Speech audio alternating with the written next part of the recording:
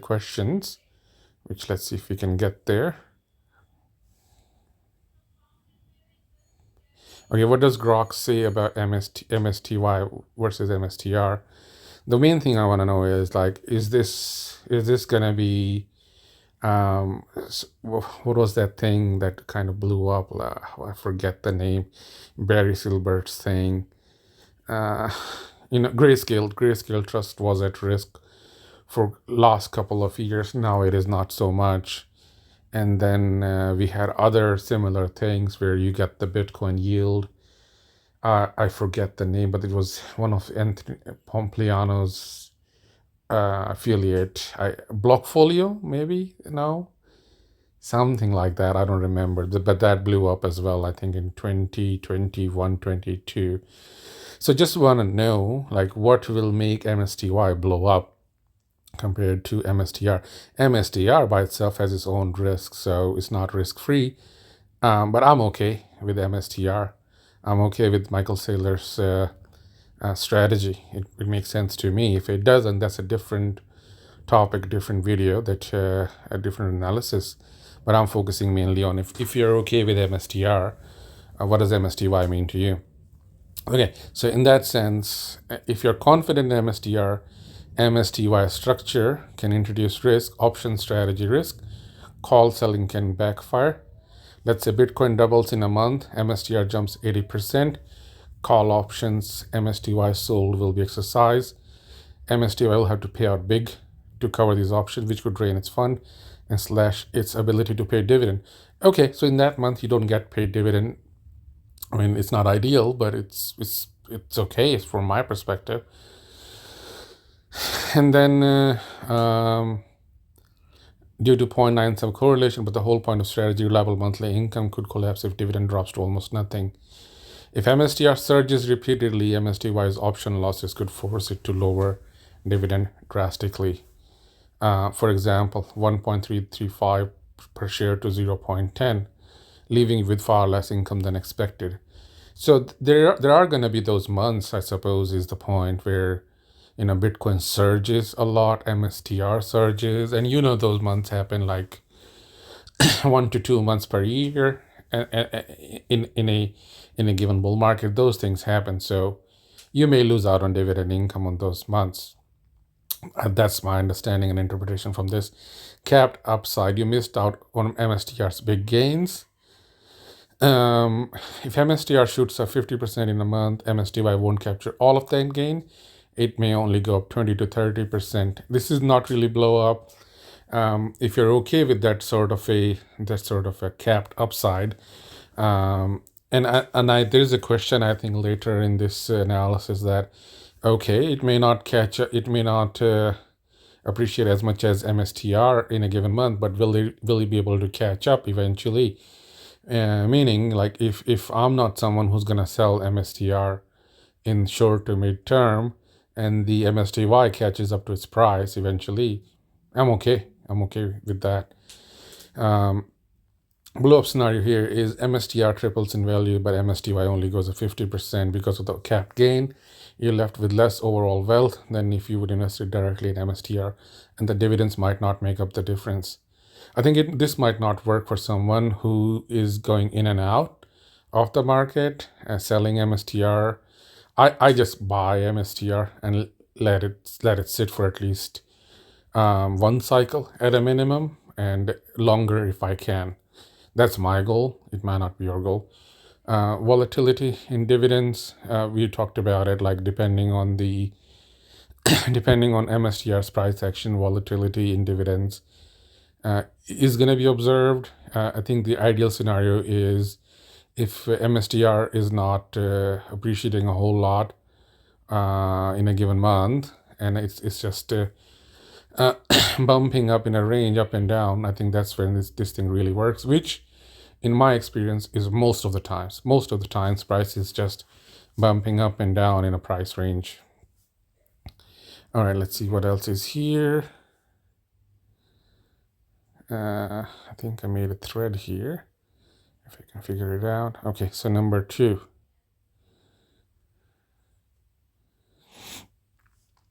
Counterparty risk. We understand that. Like even with MSTR, there's counterparty risk. You're trusting MSTR's ability to do proper risk management. So that risk is already there. Yes, it does compound with MSTY. That's why you probably shouldn't full port whatever you were going to put in MSTR to MSTY. Liquidity risk, hard to sell MSTY in a crisis. Basically, like if everybody's selling, there may not be enough buyers of MSTY compared to MSTR and versus compared to Bitcoin, right? Bitcoin will have the highest liquidity than MSTR than MSTY. I don't think I have such a big position that I need to worry about liquidity risk. Regulatory structure. Well, there may be slippage there, but I hardly doubt that that's going to affect me as much. MSTY is an MSTR. It's an ETF with its own rules and risk. Regulator could change law. Yeah, sure, that can happen. Bitcoin specific risk amplified through MSTR, and then gets amplified again by MSTY. For example, blow up scenario: Bitcoin crashes to 5,000, MSTR drops 80%, and MSTY falls 85% due to added options loss. Your 400,000 investment in MSTY is now worth 60,000 in dividend stop entirely. Well, this whole strategy somewhat assumes that you're okay with the Bitcoin and proportionally with MSTR as well. I'm okay with them holding MSTR for long term. So I think this risk is there, but I'm okay with that. Then we go to this one here. Why these risks matter even if MSTR does well. MSTR might rise steadily, but if volatility drops, MSTY's dividend could still shrink. We talked about that. MSTR might soar, but MSTY's capped gain mean you miss out on the full upside. External factors like counterparty default. I think this is repetition. What can you do to lower the risk? Don't overcommit. That's correct. Put maybe 10%. Diversify income. Don't rely on MSTY as your only income source. Watch volatility. Have an exit plan. If MSTY's dividend fall below a certain level, consider selling and moving back to Bitcoin or MSTR. What if MSTR rises rapidly in a month? Let's say it jumps 50%. MSTY will rise, but likely not as much due to its option strategy.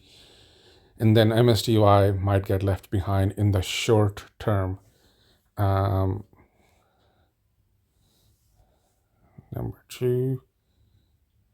I think we've done this.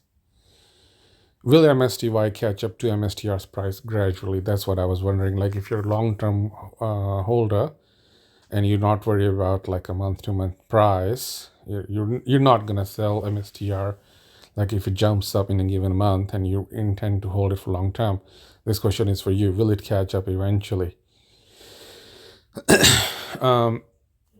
Reason MSTY might catch up: correlation pulls it closer over time.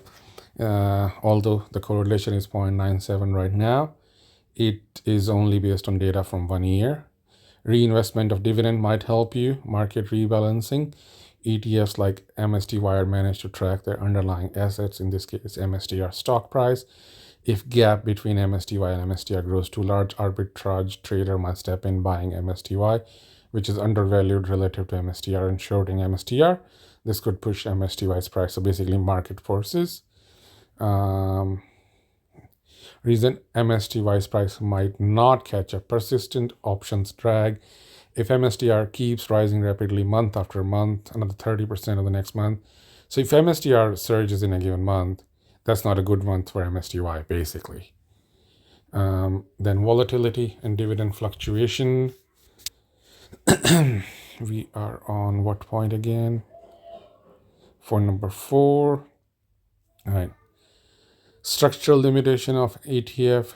MSTY isn't designed to be perfectly matched to MSTR's price. It's an income-focused ETF. Market sentiment and liquidity issues. It's a rehash. How long might it take to catch up? Short term 1 to 3 months, mid term 6 to 12, long term 1 to 2 years. Okay. Bottom line for a layperson like me: if MSTR stock price jumps a lot in month, like 50%, MSTY will go up too. but not as much. If MSTR keeps shooting up, MSTY will probably keep lagging. If MSTR slows down and trades sideways for a while, MSTY has a better chance of catching. However, MSTY might never fully catch up because it's not designed to catch MSTR's price perfectly. Okay, let's see what else is here. I think last but not, is it last? Yeah, this is the last one. What you can expect, best case, MSTR rises 50% in a month, then trades flat for 6 months. MSTY rises 20% initially, climbs to 40% over those 6 months. Worst case, my MSTR rises 50% in a month, another 30 next. I mean, that happens maybe once every few years. There are a few months where MSTR runs up. So if you have good sense about market, but perhaps that would be a good time to get out of MSTY and jump back in and out. Like what I would do is, if price will catch up eventually, I'm just gonna assume that those months are not gonna be good months for dividend payout, and I'm okay with that. So if you're okay with that, maybe you should consider this as well.